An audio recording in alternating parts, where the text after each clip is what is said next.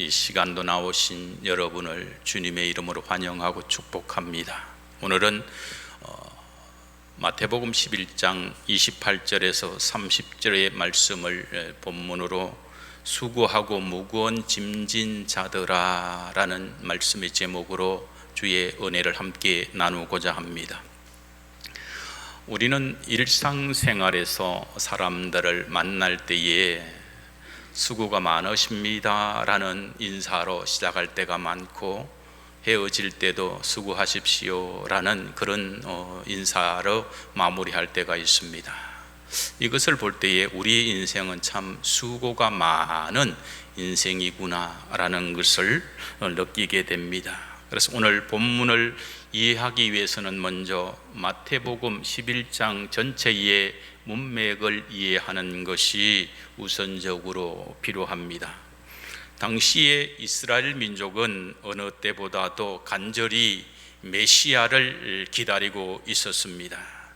정치적으로는 로마의 식민지 상태에서 많은 수탈을 당하고 있었고, 또 종교적으로는 이교도인 로마인들이 대제사장을 임명하는 그러한 상태에 있었습니다.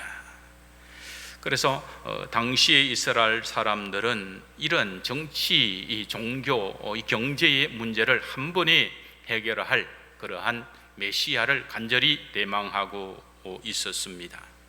그런데 이때 나타난 사람이 바로 세례 요한입니다. 세례 요한은 예수 그리스도의 길을 평탄케 하기 위해서 미리 보내심을 받은 사람입니다. 그런데 이 세례 요한이 헤롯에 의해서 옥에 갇히고 말았습니다.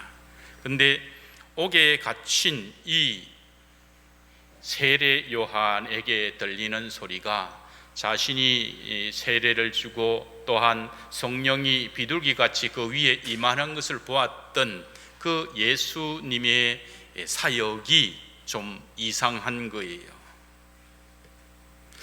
기대했던 것과는 다르게 느껴지는 거예요. 그래서 이분이 정말 그분이 맞을까라는 그러한 질문을 하게 됩니다. 오늘 11장 3절을 보면 요한은 자신의 제자들을 예수님께 보내어 질문합니다. 오실 그이가 당신이 오니까 우리가 다른 일을 기다리오리까? 라고 이렇게 질문을 하게 됩니다. 이 세례 요한은 어머니 태중에 있을 때에 6개월 때에 예수님의 어머니 마리아가 왔을 때 태중에서 기뻐 뛰었던 사람이고, 또 예수님에게 직접 세례를 주고 나는 저분의 신들매 신발끈을 묶기도 만한 부족하다라고 고백했던 이 세례 요한조차도 예수님의 사역의 모습을 이해하기가 어려웠던 것 같습니다.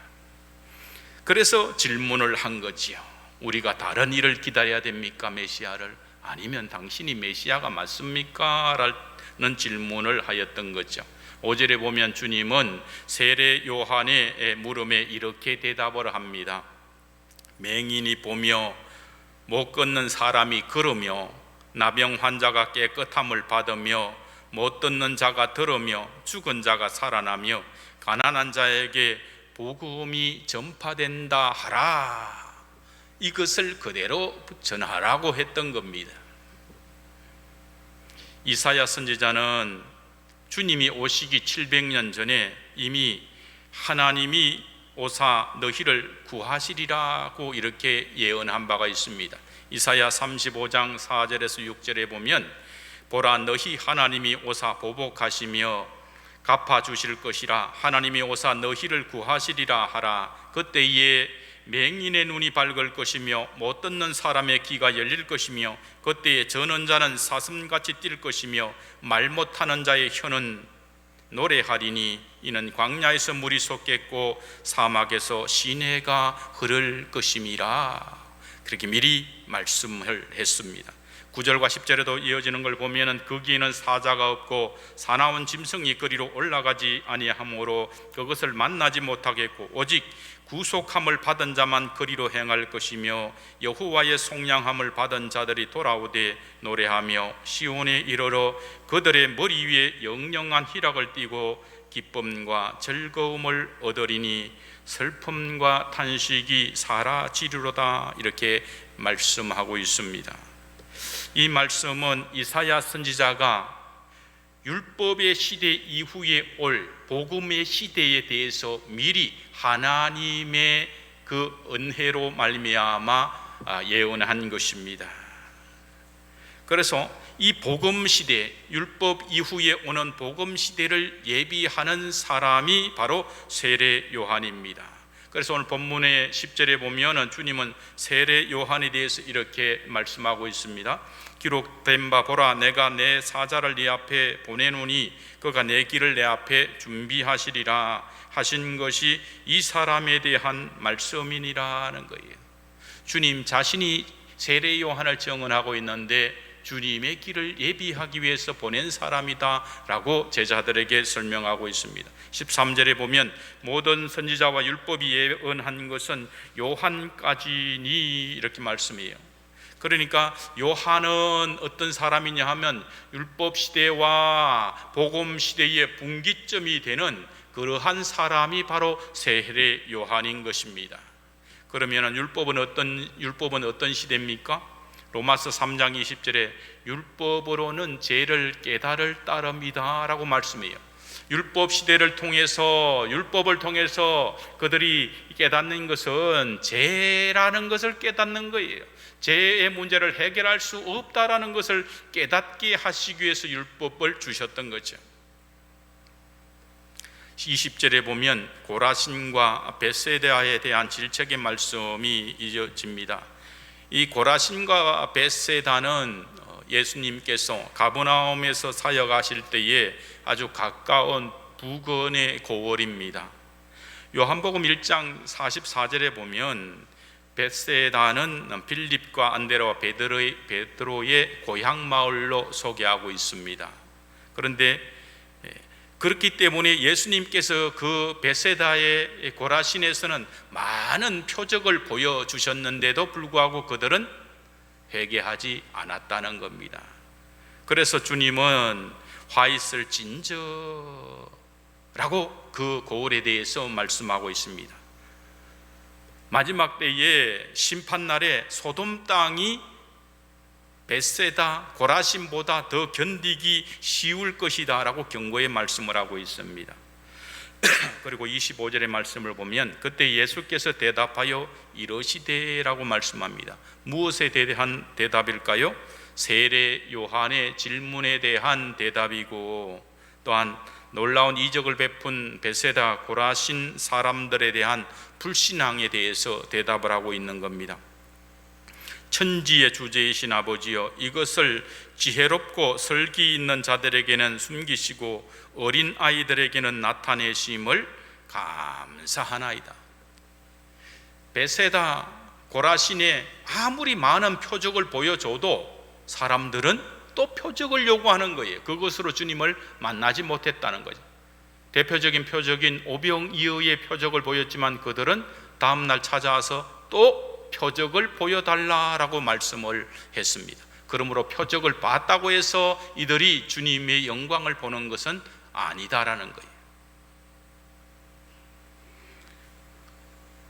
지혜롭고 설기 있는 자들은 누굴까요? 제사장들입니다. 서기관들입니다. 율법사들이, 말씀을 깊이 아는 바리새인들이 지혜롭다고 스스로 자부하는 사람들입니다. 본다고 하는 자들이에요. 그럼에도 불구하고 이들이 주님을 보지 못했다. 영적인 안전뱅이였다는 거예요. 예수님께서, 메시아께서 자신들 앞에 왔음에도 불구하고 그들은 예수님을 알아보지 못하고 십자가에 못 박히게 했던 것입니다.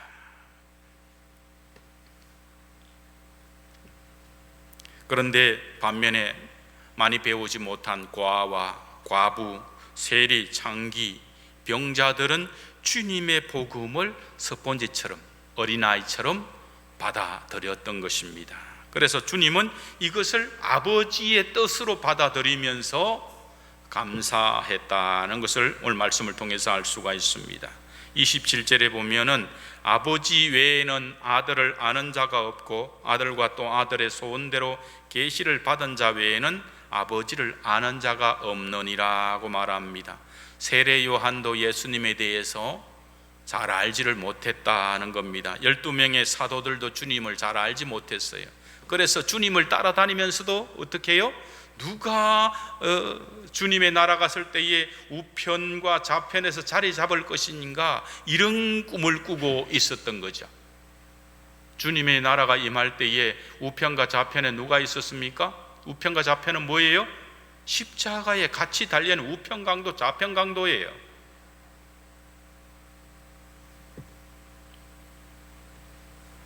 그러니까 제자들조차도 예수님의 우편에 있는다는 게 어떤 의미인지를 알지 못하면서 스스로 세상적인 그런 이득을 위해서 주님을 따랐던 겁니다. 오늘 본문에 보면은 28절에서 수고하고 무거운 짐진 자들아 다 내게로 오라 내가 너희를 쉬게 하리라 하고 그렇게 말씀하고 있습니다. 수고하고 무거운 짐진 자는 누구입니까? 아담 이후의 모든 인류를 의미합니다. 문맥적으로 보면 수고하고 무거운 짐진 자들은 당시 유대의 종교 지도자들이 지어준 그런 종교적인 짐, 율법적인 짐, 로마에 의해서 경제적으로 착취당하고 있는 그것에 지쳐 있는 사람들을 의미하는 것이고, 복음이 오기 전에 율법의 지배하에 있던 모든 사람들입니다. 복음을 받기 전에는 사람들이 어떻게 됩니까? 결혼식 날짜도 자기 마음대로 잡지 못하잖아요. 이사 날짜도 자기 마음대로 결정하지 못하는 사람들이 바로 율법이나 세상적인 것에 매여 있는 사람들입니다.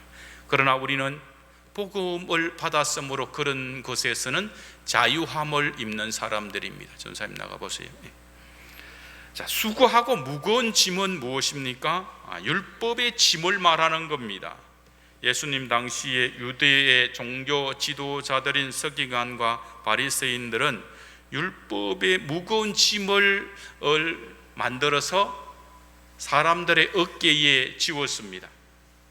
유대의 종교 지도자들은 율법을 지키기 위해서 하지 말라는 것을 248가지, 하라는 것을 365가지, 총 613가지의 규정을 만들어서 지키게 했습니다.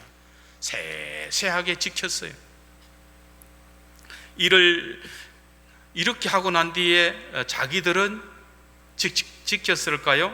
마태복음 23장 4절에서 주님은 이렇게 그들에 대해서 평가합니다. 무거운 짐을 묶어 사람의 어깨에 지우되 자기는 이것을 한 손가락으로도 움직이려 하지 아니한다 라고 이렇게 평가했습니다.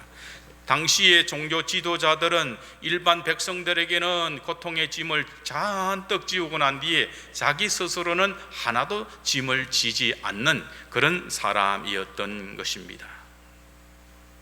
육신의 짐을 의미합니다. 수고하는 짐은 하나님은 선악과를 따먹은 아담과 하와에게 땅은 너로 말미암아 저주를 받고 너는 내 평생에 수고하여야 그 소산을 먹으리라 하고 말씀하셨어요.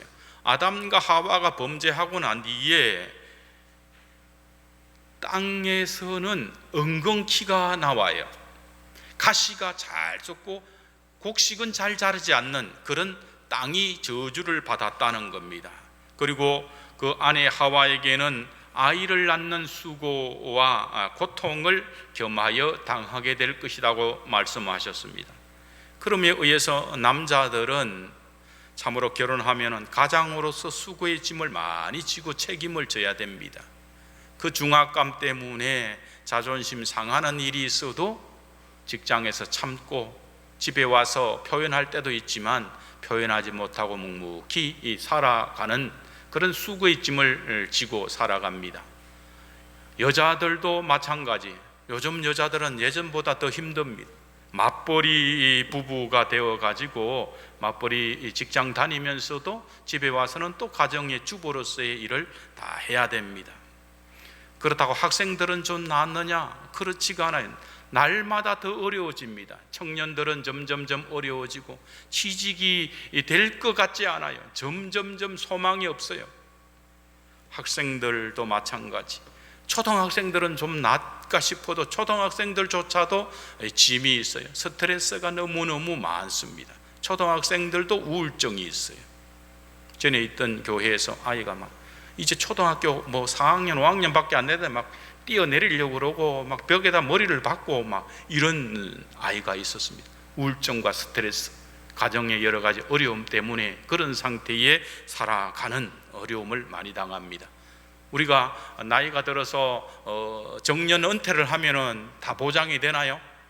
그렇지 못해요. 노후가 불안합니다. 노후에는 돈이 얼마나 있어야 된다는데 당장 가진 돈도 없는데 노후까지 걱정할 형편에 있는 상황이 되지 못하지요. 정년 은퇴는 했는데 몸은 점점 더 쇠약해가고 기운도 떨어지고 질병은 점점해서 수고의 짐이 어깨에 점점 더 많아지면서 허덕이면서 살아가는 것이 우리 인생의 길입니다. 그런데 오늘 주님은 수고하고 무거운 짐진 자들아 다 내게로 오라고 그렇게 말씀을 합니다. 주님의 부르심에는 제한이 없습니다. 누구나 다 오라는 거예요. 주님은 당시에 혐오의 대상이었던 세리였던 마태도 제자로 불렀습니다. 삭개오도 세리장이었지만은 그의 집에 가서 음식과 식사 같이 함께 했습니다. 또 장녀들의 그것을 부정하다 여기지 아니하고 자기의 그 향유를 몸에 뿌리는 것을 허락하고 혈류병이 있는 여자가 다가왔을 때도 거부하지 않았습니다. 가늠하다 현장에 잡힌 여인의 그 수고의 짐도 주님이 감당해 주셨습니다. 주님은 나의 멍에를 베고 내게 배우라고 말씀을 합니다. 예수님을 만나기 전에 사람들은 예외 없이 율법의 멍에를 메고 살아갑니다. 예수님을 만나지 못한 사람들, 타종교의 사람들은 스스로 모든 문제를 해결해 가려고 애쓰다가 그렇게 죽어가는 사람들입니다. 그런데 주님은 나의 멍에를 메라고 말씀을 합니다.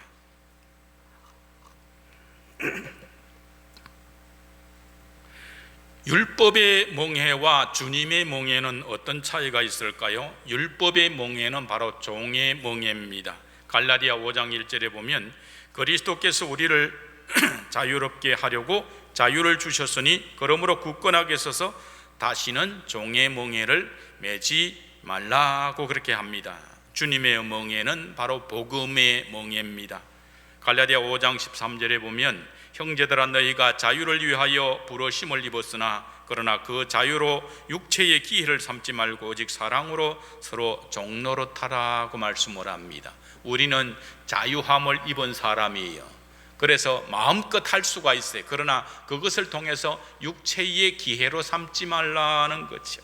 서로 종이 되어서 그렇게 섬기는 자로 살아가라는 겁니다. 그런데 예수님을 만나지 못한 사람, 아직 은혜를 입지 못한 사람은 한 주에 한 번 교회에 나오는 것도 너무 어렵습니다. 힘겹습니다. 말씀을 하면은 설교가 너무 지루합니다. 사실. 그러니까 오병이어의 역사 이후에 다음날 찾아왔던 그들이 눈에 보이는 떡을 만들어주는 세상적인 것을 얘기하니까 눈이 초롱초롱했는데 영적인 말, 영적인 말씀, 내가 하늘에서 내려온 산떡이다 라고 말하니까 그때부터는 다 떠나가고 다시는 예수님을 찾지 않았다 말씀이에요. 그래 참다운 말씀이 전해질 때에는 은혜를 받지 못한 사람들은 떠나가게 되고 지루하게 느끼게 되는 겁니다. 일주일 내내 직장 생활을 하고 힘들었잖아요. 그러니까 하루는 쉬고 싶은 거예요. 낮잠도 좀 자면 좋겠고 아니면 놀러 가고 싶은데 예배를 나오려고 하니까 얼마나 힘이 들겠습니까? 한편으로는 이해를 가지요. 그러나 예수님을 만나서 체험한 사람, 은혜를 받은 사람은 예수를 믿는 것이 수고로운 것이 아닙니다. 기쁘고 즐겁습니다. 몸은 힘들어도 영혼은 가벼워지고 새 힘이 생기는 겁니다. 그래서 일주일에 주일 예배가 기다려지는 겁니다. 마태복음 16장 24절에 보면 누구든지 나를 따라오려거든 자기를 부인하고 자기 십자가를 지고 나를 따를 것이니라고 말씀을 합니다. 우리가 예수님을 믿고 그의 제자로서 따라가려면 반드시 십자가를 져야 되는 거죠. 누구든지 예수님과 멍에를 지르면 예수님과 함께 십자가를 지어야 되는 겁니다. 멍에는 소나 말에게 V자 형태로 되어서 목에 걸어서 수레나 짐을 당기도록 그렇게 하는 그런 농기구입니다. 이스라엘 지역에서는 밭을 갈 때 우리나라는 보통 제가 어릴 때 한 마리로 소를 쟁기질을 하는데 보통 두 마리 가지고 그렇게 쟁기질을 했습니다. 그래서 한 결이라고 하죠. 그래서 엘리사 선지자 같은 경우는 12결이 서로 밭을 갈고 있었다고 성경에 기록하고 있습니다. 두 마리 서로 밭을 쟁기질을 할 때는 한 마리로 할 때보다 훨씬 쉽고 일이 잘 능률이 높기 때문에 그렇게 했습니다. 우리가 인생의 길을 갈 때도 혼자서 쟁기질을 하듯이 인생의 문제를 해결하려고 하면 인생의 짐이 너무 무겁고 힘이 듭니다. 인간의 지식과 지혜로 아무리 해도 안 되는 것이 있기 때문에 그렇습니다. 그러나 예수님과 함께 멍에를 메고 나면 마음이 온유하고 겸손하신 우리 주님이 우리의 짐을 다, 멍에의 힘을 본인이 다 지시기 때문에 우리는 그분을 따라가기만 해도 우리 마음이 편히 쉼을 얻게 되는 겁니다. 로마서 8장 16절에서 18절에 보면 성령이 친히 우리의 영과 더불어 우리가 하나님의 자녀인 것을 증언하시나니 자녀이면 또한 상속자 곧 하나님의 상속자요 그리스도와 함께 한 상속자니 우리가 그와 함께 영광을 받기 위하여 고난도 함께 받아야 할 것이니라. 생각하건대 현재의 고난은 장차 우리에게 나타날 영광과 비교할 수 없도다 라고 말씀을 하고 있습니다. 주님이 우리를 부르신 목적은 쉼을 주시기 위해서입니다. 내가 너희를 쉬게 하리라 그렇게 말씀을 하고 계십니다. 사랑하는 성도 여러분, 여러분의 수고와 짐은 무엇입니까? 아담과 하와는 수고의 땀을 흘렸고 출애굽 시대에는 혹독하게 국고성을 짓기 위해서 그들은 고생하고 또 사내 아이가 태어나면 나일강에 던져져 죽임을 당하는 그런 수고와 고통의 짐을 지고 살았습니다. 예수님 당시에는 로마의 식민지를 예로서 그 수고의 짐을 지고 살았습니다. 이 시대도 예외가 없습니다. 무언가 수고의 짐을 끊임없이 지고 살아가고 있는 것이 이 시대의 현실입니다. 그렇다면 예수님이 말씀하는 이 참된 쉼은 어떤 것을 의미한다고 생각합니까? 요즘 비가 오는 장마철인데 그럼에도 불구하고 골프장에는 손님들이 그렇게 많대요. 비가 오는데 새벽부터 와가지고 골프를 치는 사람, 저한테 새벽부터 나가서 그거 치라 그러면 막 불평을 할 것 같은데 새벽부터 해가지고 먼 데서 와가지고 치고 비가 와도 치고 밤늦게에는 불 켜놓고 치고 이렇게 하는 거죠. 그런데도 그들은 즐거운 거예요.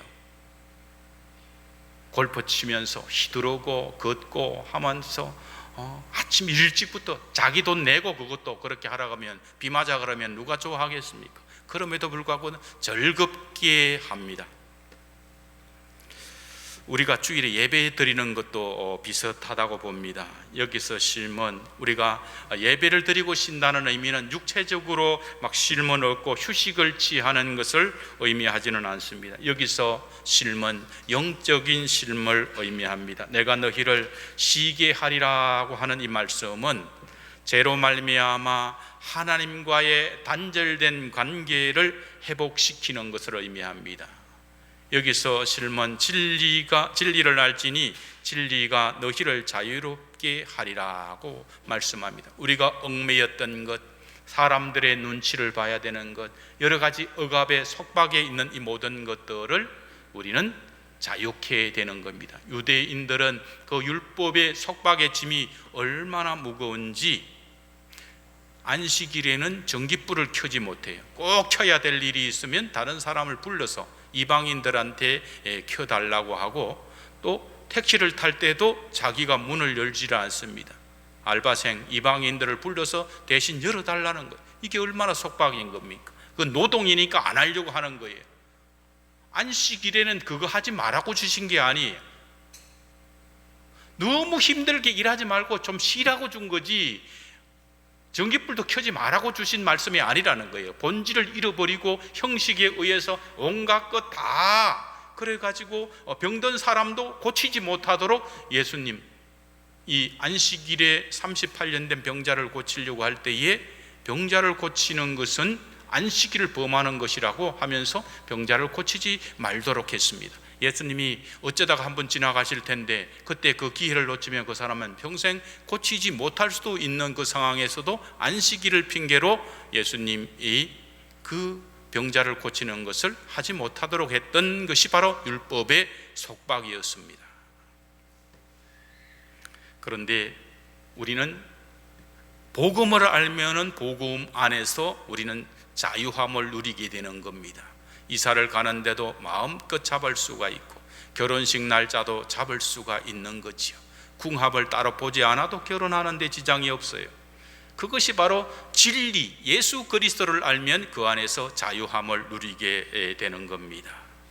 세상적인 모든 것에서 자유함을 누리는 거예요. 그러나 이 자유함을 하나님 앞에 범죄하는 것으로 사용하는 것은 믿음의 사람, 복음의 사람이 아닌 거지요. 이어지는 12장 8절에 보면 주님은 이렇게 말씀합니다. 인자는 안식일의 주인이다라고 말씀하셨습니다. 오늘 본문에서 주님은 수고하고 무거운 짐진 자들아 다 내게로 오라고 이렇게 초청하고 계십니다. 이 시간 온전히 주님을 깊이 만나시기를 바랍니다. 그렇게 되면 예배가 속박이 되지 않고, 또 삶이 돈 문제가 속박되지 않고 자유함을 누립니다. 아프면 아픈 대로, 또 건강하면 건강한 대로 자유함을 누리고, 내 수명이 다해서 혹여 코로나나 이런 걸 통해서 죽으면 죽으리라, 죽으면 주님 앞에 가면은 더 편하고, 살면은 이 땅에 살면서 내가 좀 더 하나님 일을 할 수 있으니까 감사하다, 이렇게 자유함을 누리게 될 줄로 믿습니다. 주님을 깊이 만나지 않으면 예배 행위 자체도 속박이고, 헌금 자체도 대단히 부담스럽고, 돈이 없는 것도 비굴해지고, 돈이 많으면 교만해지고, 그것이 우리의 모습입니다. 주님이 여러분을 위해서 이미 십자가의 복음으로 여러분을 자유케 하셨습니다. 이 안에서, 이 땅에서 무엇을 먹으며 무엇을 입으며 어떻게 살까, 이런 수고의 짐에 너무 매이지 말기를 바랍니다.